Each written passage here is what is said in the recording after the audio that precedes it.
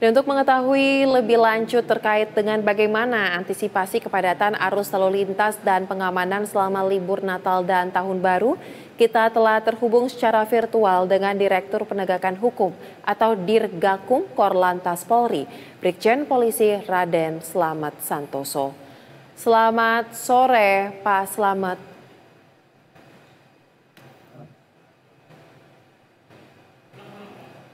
Selamat sore, Pak Slamet. Halo.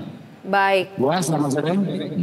Baik, Bapak, hingga sore hari ini berdasarkan informasi yang kami terima dari pantauan rekan-rekan langsung di lapangan, memang sudah mulai terlihat adanya lonjakan volume arus lalu lintas kendaraan untuk periode Natal dan Tahun Baru.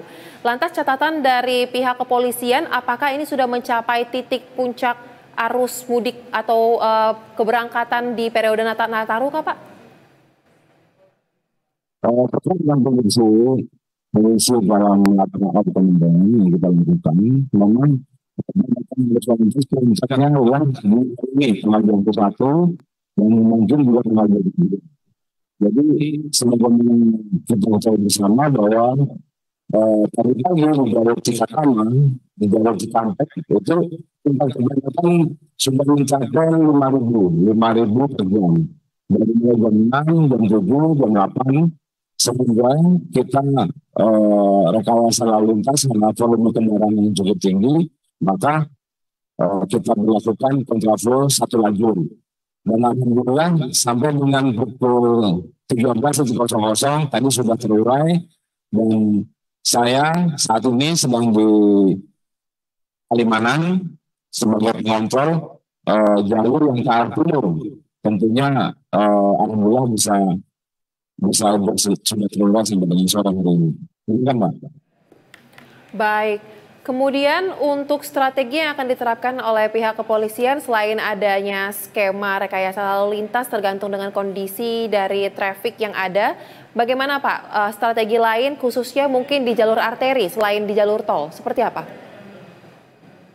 Ya, jadi dari saya selaku Kasatgas Tamsat Lantas sudah mempersiapkan beberapa strategi terhadap, pertama adalah terhadap arus mudik dan arus balik. Itu apabila di jalan tol dan di jalan arteri itu kita menggunakan traffic counting yang ada sehingga terhadap kepadatan atau volume kendaraan yang meningkat, maka kita akan nambahkan kontraflow dan beberapa pengalihan arus rekayasa lalu lintas seperti tadi jam 14 di jalur puncak kami juga sudah berubah menjadi ada sedikit one way dari atas ke bawah, sehingga alur arus kemudian jalur penyeberangan kita sudah mempersiapkan dengan strategi delaying system. Apabila terjadi kepadatan volume kendaraan di dermaga,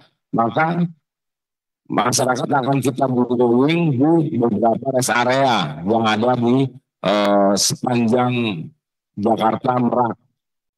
Itu ada beberapa rest area sehingga masyarakat bisa berkeliling di situ.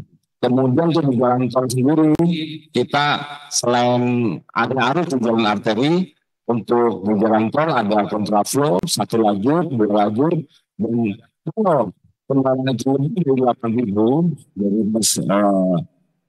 dari posko kami yang ada di kilometer 29 dan di MTM Polri Korlantas itu nanti akan memerintahkan kepada petugas yang ada di lapangan, itu kita sudah menggelar seluruh dari mulai tim urai, tim patroli, tim THA, traffic accident analysis kita siapkan di sepanjang jalur baik tol maupun arteri, sehingga mudah-mudahan hambatan yang terjadi itu bisa segera kita selesaikan atau kita cairkan untuk arus lalu lintas yang ada. Demikian, Mbak.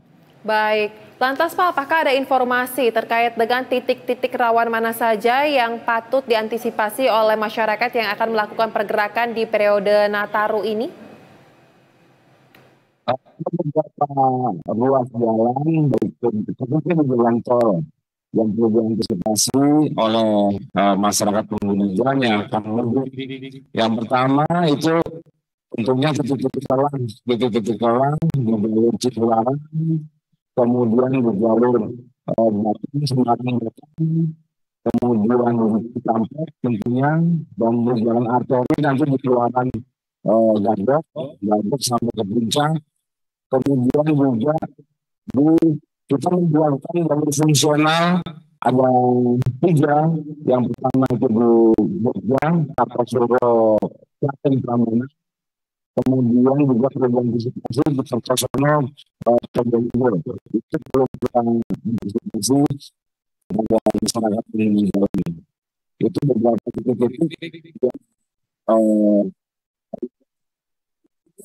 kita perlu masyarakat juga mengantisipasi terhadap situasi cuaca, kondisi cuaca.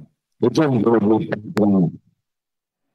Baik, kemudian Pak Slamet, terkait dengan aturan atau larangan kendaraan besar untuk bergerak ini seperti apa Pak? Apakah sudah ada tanggal pasti dan jam-jamnya?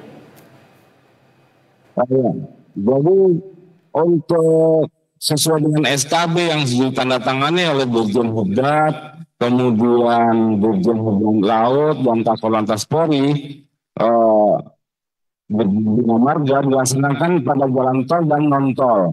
Itu kita mulai tadi malam sehingga ada jam-jam tertentu pada hari Jumat tanggal 20, kemudian hari Selasa tanggal 24, kemudian Kamis tanggal 26, dan hari Rabu 1 Januari pada saat arus balik. Itu beberapa kegiatan kita sosialisasikan lewat MTMC Polri, lewat Humas Polri, maupun dengan media-media yang ada. Ini untuk jalan non-tol juga dari mulai hari Jumat, Sabtu, Minggu 20, 21, 22, 24 ini pada jam-jam tertentu dari jam 0.05 sampai dengan pukul 22.00. Jadi diharapkan kendaraan-kendaraan yang mengangkut dari Sumbu 3 ke atas itu bisa beralih lewat, tidak melewati jalan tol, tapi kita alihkan ke jalan arteri. Demikian Mbak, ini untuk mengurangi volume kendaraan dan kecepatan dari kendaraan yang bisa dilalui oleh para pemudik. Itu salah satu upaya kita. Baik Pak. Terus kita tahu bersama juga ya Pak ya, bahwa saat ini kan BMKG sudah mengeluarkan terkait dengan adanya himbauan cuaca buruk sampai dengan awal tahun 2025. Pertanyaan saya khusus untuk jalur selatan Pulau Jawa, bagaimana antisipasi dari tim jika terjadi suatu bencana atau peristiwa yang berkaitan dengan peristiwa alam? Apakah sudah ada tim khusus untuk hal ini Pak? Ya, jadi kita selaku salah satu bagian dari Satgas Pamsel Lantas Operasi Lulung tahun 2024 ini memiliki tugas bagaimana menjamin keselamatan, keamanan, kelancaran dalam berlalu lintas. Ini juga kita antisipasi apabila terjadi bencana, khususnya di jalur selatan Pulau Jawa, di mana sesuai dengan prediksi dari informasi dari BMKG itu memang kalau kita antisipasi, kita sudah dari masing-masing Polda dan Polres sudah menempatkan tim derek, kemudian ambulan juga kita sudah menyiapkan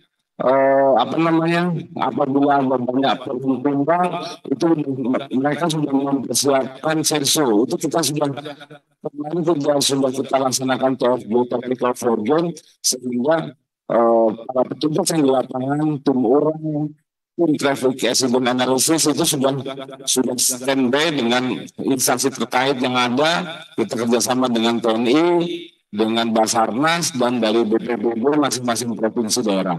Insya Allah mudah-mudahan itu bisa tertangani dengan baik apabila sampai terjadi. Baik, berarti kolaborasi ini dimaksimalkan ya Pak dengan stakeholder terkait mengenai pantauan dan juga penanganan selama periode Nataru ini. Terakhir Pak Slamet, himbauan atau arahan kepada masyarakat yang akan bergerak dalam periode Nataru ini dari pihak kepolisian seperti apa? Silahkan Pak. Itu dari keberhasilan operasi Nataru ini adalah dengan kuncinya adalah dari sinergitas dari seluruh instansi yang terlibat. Ini merupakan kunci. Kemudian himbauan dari kami dari kepolisian kepada masyarakat yang akan merasakan mudik, merayakan hari Natal dan Tahun Baru, kemudian juga akan berwisata. Yang pertama adalah cek betul kesehatan dari pengemudi itu sendiri. Kesehatan pengemudi sendiri. Yang kedua, cek juga kondisi kendaraannya. Betul-betul fit, betul-betul siap untuk perjalanan jarak jauh dan sebagainya. Kemudian, khusus untuk kendaraan roda 2, mohon betul-betul dihindari karena kendaraan roda 2 tidak diproduksi untuk perjalanan jarak jauh. Jadi bisa dikurangi. Kemudian yang untuk para wisata apabila lelah, kita sudah menyiapkan rest area, pos-pos pelayanan dan pos-pos pengamanan di sepanjang jalur baik tol maupun arteri. Silakan beristirahat di sana. Sehingga ini bisa mengurangi terjadinya kecelakaan lalu lintas dan mudik tentunya bisa lebih aman, nyaman, dan bahagia tentunya. Demikian, Mbak. Baik, kita tentunya berharap bahwa pelaksanaan periode Nataru kali ini dapat berjalan aman, lancar, dan juga nyaman untuk semua karena adanya kolaborasi yang solid dari seluruh stakeholder terkait termasuk Polri di dalamnya.